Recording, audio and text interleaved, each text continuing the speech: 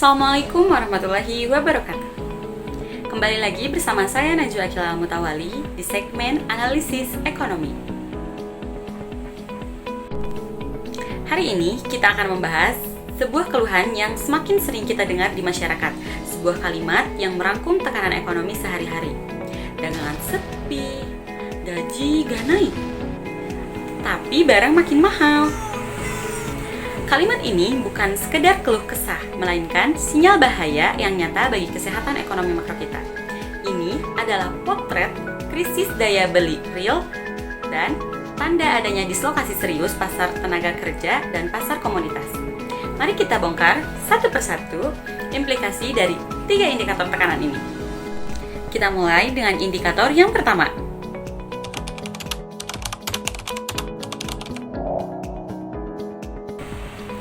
Secara makro, ini berarti toko sepi pengunjung, penjualan UMKM melambat, dan trafik transaksi digital menurun.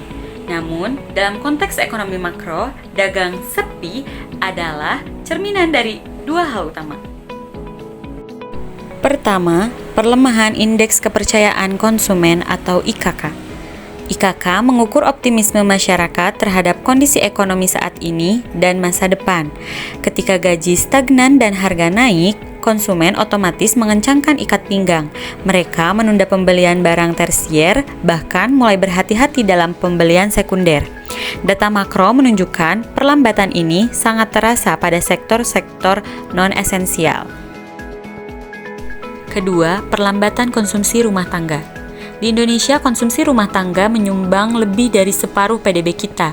Jika dagang sepi, itu berarti motor utama pertumbuhan ekonomi sedang melambat. Perusahaan yang melihat permintaan melemah akan enggan berinvestasi atau berekspansi. Ini menciptakan efek domino. Dagang sepi memicu perlambatan produksi, yang pada akhirnya dapat mengarah pada kebijakan efisiensi seperti pengangguran jam kerja atau yang paling kita khawatirkan, gelombang PHK. Dagang sepi adalah alarm bahwa mesin permintaan ekonomi kita sedang overheating dan butuh pendinginan.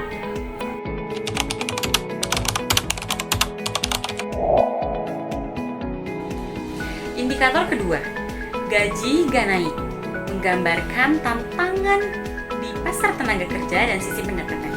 Kenaikan upah minimum tahunan seringkali terdengar besar di atas kertas, namun kenyataannya banyak pekerja, terutama yang berada di level menengah ke atas, mengalami stagnasi upah real. Stagnasi ini terjadi karena pertumbuhan upah tidak mampu mengimbangi laju inflasi. Mengapa perusahaan menahan kenaikan gaji? Jawabannya karena yang pertama, tekanan produktivitas. Jika pertumbuhan produktivitas pekerja tidak signifikan, perusahaan merasa tidak ada alasan kuat untuk menaikkan gaji secara substansial. Yang kedua, kelebihan pemasok tenaga kerja. Dengan populasi usia produktif yang besar, persaingan kerja yang ketat memungkinkan perusahaan untuk merekrut tanpa harus menawarkan gaji yang terlalu tinggi. Ketiga, ketidakpastian global. Ketidakpastian geopolitik dan ekonomi global membuat perusahaan cenderung konservatif dalam pengeluaran operasional, termasuk penggajian, memilih untuk menahan dana daripada meningkatkan biaya tetap. Hasilnya, pendapatan masyarakat terasa tetap bahkan berkurang karena kita akan masuk ke indikator ketiga yang paling menusuk inflasi.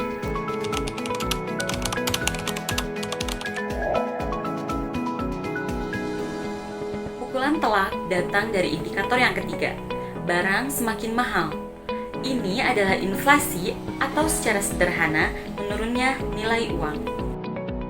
Masalah utama bukanlah kenaikan harga secara umum, melainkan kenaikan harga pada barang-barang esensial yang dikenal sebagai inflasi pangan atau volatile food. Ketika harga beras, telur, atau minyak goreng melonjak, dampaknya langsung dirasakan oleh seluruh lapisan masyarakat, terutama kelompok berpenghasilan rendah. Pendorong inflasi ini sangat kompleks.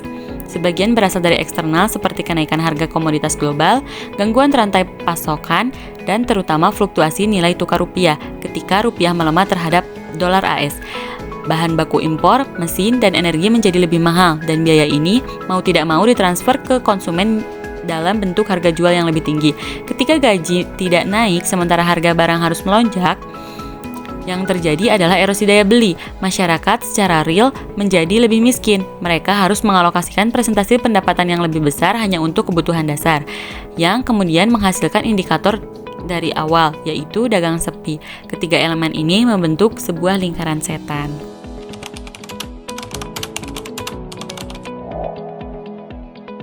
Jadi, apa yang harus dilakukan?